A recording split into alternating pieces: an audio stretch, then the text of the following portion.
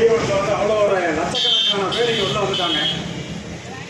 இங்கே நாங்கள் வந்துட்டு ஒரு 100 ரூபாய் விலைக்கே வேலை செய்கிறத அவங்க 50 ரூபாய்க்கு வேலை செய்கிறாங்க.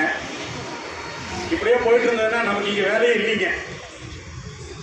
நாம் போய் ஓரமாக எங்கேயாவது முடங்கி உட்காந்துட வேண்டியதான். காரணம் என்னன்னு கேட்டிங்கன்னா, சாயத்தொழிலுக்கு மற்ற கம்பெனிக்கு போய் கேட்டிங்கன்னா நாங்கள் காரணம் கேட்டால் அதுக்கு ஒரு பதில் சொல்கிறாங்க. நாங்கள் என்னங்க பண்ணுறது, எங்களுக்கு வந்து மின்சார கட்டணம் உயர்வாக இருக்குது, தொழிலாளர் முன்னேற்றம் இல்லை அப்படிங்கிற பட்சத்தில் இங்கே இருக்கிற மக்கள், இங்கே இருக்கிற கம்பெனி கிட்டத்தட்ட 1000 கம்பெனி இருக்குங்க. அந்த கம்பெனிலாம் பார்த்தீங்கன்னா இங்கே இருக்கிற மக்கள் வேலை கொடுத்தாங்கன்னா கிட்டத்தட்ட 5 மாவட்டத்துக்கு வேலை கொடுக்கலாம். ஆனால் இங்கே இருக்கிறவங்க பார்த்தீங்கன்னா 100க்கு 10% கூட இருக்கிற ஆளுக்கு வேலை தரும். மக்களை கொஞ்சம் யோசனை பண்ணி சிந்திச்சு பாருங்க. இதுக்கு காரணம் என்னன்னு கேட்டீங்கன்னா, இதுக்கு நாமளே தாங்க காரணம். கேட்கணுங்க.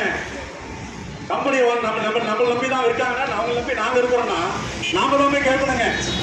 ஐயா, இந்த மாவட்டத்துக்கு மக்களுக்கு எனக்கு வேலை கொடுங்க, எங்களுக்கான உழைப்பு கேட்ட ஊதியம் கொடுத்து கேட்கணும்.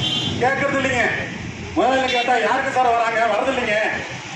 வாரத்துக்கு சனிக்கிழமை இல்லைங்களா, ஞாயிற்றுக்கிழமைனா சனிக்கிழமை வரது இல்லையா, என்ன பண்ணுறதுங்க?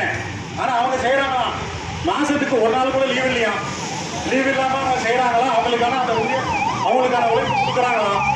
இது எப்படி நியாயம் ஆகுது? ரெண்டாவது பார்த்தீங்கன்னா மின் கட்டணம்.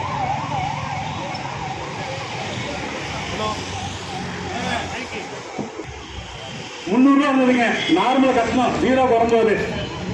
அதை கணக்கெடுத்து போனால் உங்களுக்கே தெரியும். 100 பாயிண்ட் இருக்கும்போது ஒரு கணக்குங்களாம், 100லேருந்து 200 போகும்போது 101க்கு மேலே 200 கணக்குங்களாம். அது என்ன கணக்குன்னே புரியலைங்க. இருக்கும் பெரிய மாயத்தலை கணக்காக இருக்குதுங்க. அது மக்களுக்கே புரியுறதில்லை. அது மீட்டர் என்ன நமக்கு தெரியுறதில்லைங்க. அதனால கம்பெனி நம்ம இருக்கிற சாயப்பட்ட தொழிலாக இருக்கட்டும், க்ரஷராக இருக்கட்டும், கிரானைட்டாக இருக்கட்டும், அவங்க சொல்றதெல்லாம் பார்த்தீங்கன்னா, ஐயா நடத்துறது எங்களுக்கு சிரமமாக இருக்குதுங்கிறாங்க. நீங்கள் சொல்றீங்க ஒன்றும் இல்லைங்க. சில கம்பெனி நான் சொல்ல விரும்பல, சில கோரிக்கை எடுத்துட்டு சில சாயப்பட்டறைக்கு நாங்கள் போயிருந்தோம்.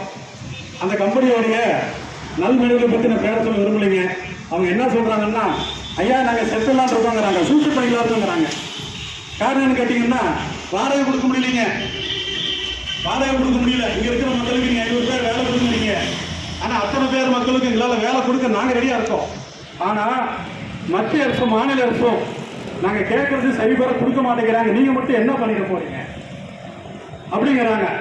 மாசத்துக்கு ஒரு 20 கூட்டம் நடத்துறாங்க.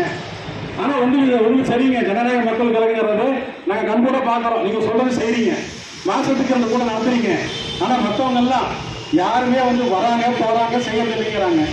நான் ஒரு உறுதிப்பட சொல்லிக்கிறேங்க, ஈரோடு மக்களே, ஈரோடு, சேலம், கோயம்புத்தூர், திருப்பூர்